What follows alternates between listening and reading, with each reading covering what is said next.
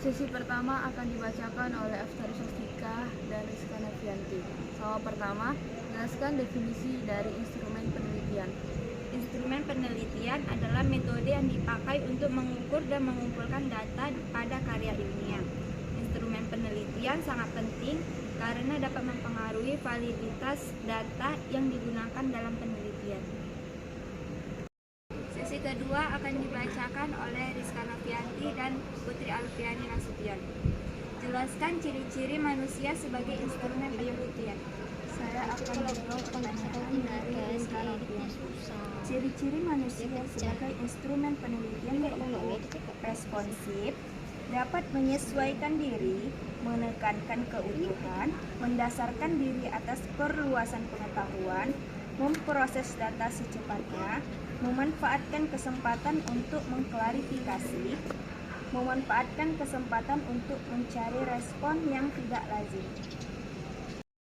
Sesi 3 akan dibacakan oleh Putri Alfiani Nasution kepada Erika Sapitri.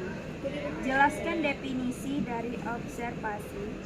Definisi observasi adalah aktivitas terhadap suatu proses atau objek dengan maksud merasakan dan kemudian memahami pengetahuan dan sebuah fenomena berdasarkan pengetahuan dan gagasan yang sudah diketahui sebelumnya untuk mendapatkan informasi yang dibutuhkan. Definisi observasi adalah aktivitas terhadap suatu proses atau objek dengan maksud merasakan dan kemudian memahami pengetahuan dari sebuah fenomena berdasarkan pengetahuan dan gagasan yang sudah diketahui sebelumnya untuk mendapatkan informasi-informasi yang dibutuhkan untuk melanjutkan suatu penelitian. Sesi keempat akan dilakukan oleh Erika Sapitri kepada Nawang Anggraini. Sebutkan dan jelaskan jenis-jenis observasi.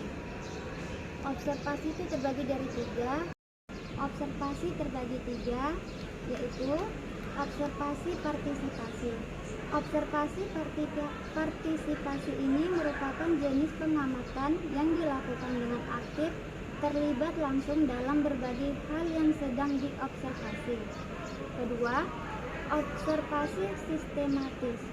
Observasi sistematis ini merupakan pengamatan yang dilakukan sesuai prosedur atau ketentuan yang sudah dirancang sebelumnya, tanpa melanggar ketentuan tersebut. Dan yang ketiga, observasi eksperimental. Observasi eksperimental ini melakukan tindakan untuk mengendalikan situasi yang kemudian melakukan pengamatan terhadap gejala atau fenomena yang teliti. Ulang. Sesi kelima. Udah. Sesi kelima dilakukan oleh Nawang Anggraini dan Abtari. Jelaskan tahapan observasi. Adapun tahapan-tahapan observasi yang pertama, menentukan objek yang akan diamatin, baru yang setelah itu mengumpulkan fakta terkait objek, dan yang ketiga menyiapkan laporan untuk mencatat data hasil observasi, lalu melakukan pencatatan observasi dan menyunting hasilan laporan observasi. Keenam akan dibacakan oleh Afsari Swastika kepada Rizka Nafianti. Jelaskan definisi dari wawancara. Wawancara atau biasa disebut dengan interview merupakan percakapan dua orang atau lebih dan berlangsung antara narasumber dan pewawancara. Sesi ketujuh akan dibacakan oleh Rizka Nafianti dan Putri Alfiani. Sebutkan jenis wawancara berdasarkan bentuk pertanyaan. Jelaskan langkah-langkah wawancara.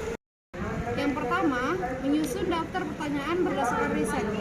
Hal pertama yang harus dilakukan sebelum wawancara adalah riset. Carilah sebanyak-banyaknya informasi mengenai narasumber sebagai bahan rujukan untuk membuat daftar pertanyaan. Setelah itu, mempersiapkan diri sebelum wawancara. Selain daftar pertanyaan, peralatan yang perlu disiapkan yaitu wawancara adalah buku, pensil, serta alat pelengkap. Selanjutnya, menggunakan gaya yang berbeda untuk berbagai wawancara, seperti halnya gaya tulisan, gaya berkomunikasi. Dalam berwawancara, harus mempunyai gaya yang bervariasi. Selanjutnya, melakukan wawancara sesuai panduan. Setelah memastikan semua kebutuhan untuk wawancara telah siap, kamu bisa langsung memulainya. Yang selanjutnya, pertahankan alur wawancara. Menjaga flow atau alur wawancara adalah hal lain yang menentang seorang reporter. Jadi, kamu ingin menciptakan keseimbangan antara percakapan dengan narasumber dan mengajukan pertanyaan. Selanjutnya, bertanya atau meminta secara spesifik. Berdasarkan orang yang menjadi narasumber, terkadang tidak memberikan jawaban yang kamu harapkan. Meski demikian, kesalahan ini tidak selalu berasal dari mereka. Mereka mungkin tidak mengetahui jawaban seperti apa yang sebenarnya diinginkan. Jadi, cobalah bertanya atau meminta secara spesifik. Selanjutnya, mencatat poin penting dalam jawaban narasumber. Meski menggunakan alat perekam sekalipun, kamu tetap harus membuat catatan.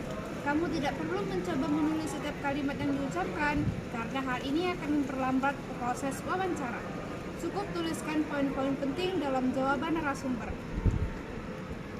Sesi ke-9 akan dilakukan oleh Erika Syafitri dengan Nawang Anggraini. Jelaskan definisi teknik pengumpulan dokumen. Teknik pengumpulan dokumen adalah pengumpulan dokumen merupakan teknik metode yang digunakan untuk mengumpulkan dokumen yang akan diteliti. Artinya, teknik ini memerlukan langkah yang strategis dan juga sistematis untuk mendapatkan dilakukannya pengumpulan dokumen untuk penelitian agar data dan teori yang ada di dalamnya valid dan juga sesuai kenyataan.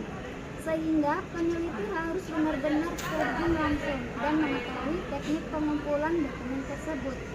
Dengan demikian, peneliti akan mengetahui validitas atau kebenaran konsep penelitiannya. Secara umum, teknik pengumpulan dokumen digunakan peneliti untuk dapat mengumpulkan dokumen atau informasi berdasarkan fakta pendukung yang ada di lapangan demi keperluan penelitian, dan teknik yang dilakukan sangat ditentukan oleh metodologi penelitian yang dipilih oleh peneliti itu sendiri. Sesi ke-10 akan dilakukan oleh Nawang Anggraini dan Aktari. Dalam teknik pengumpulan dokumen terhadap dua bentuk, yaitu pengambilan basis data dan analisis konten. Jelaskan keduanya.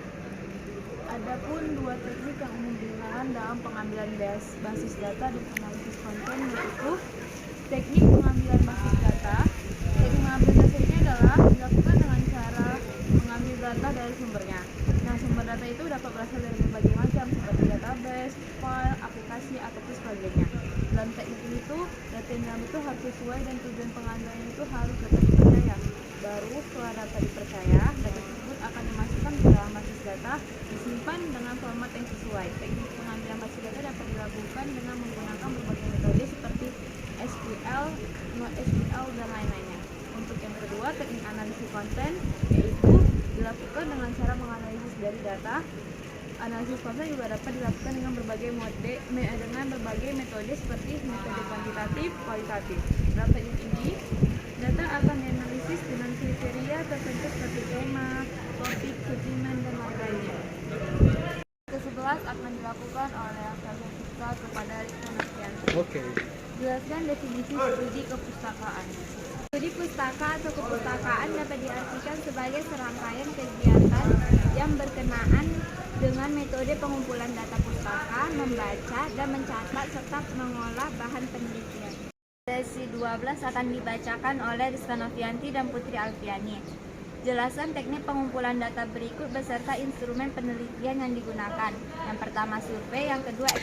Sesi 12 akan dibacakan oleh Rizka Novianti dan Putri Alfiani.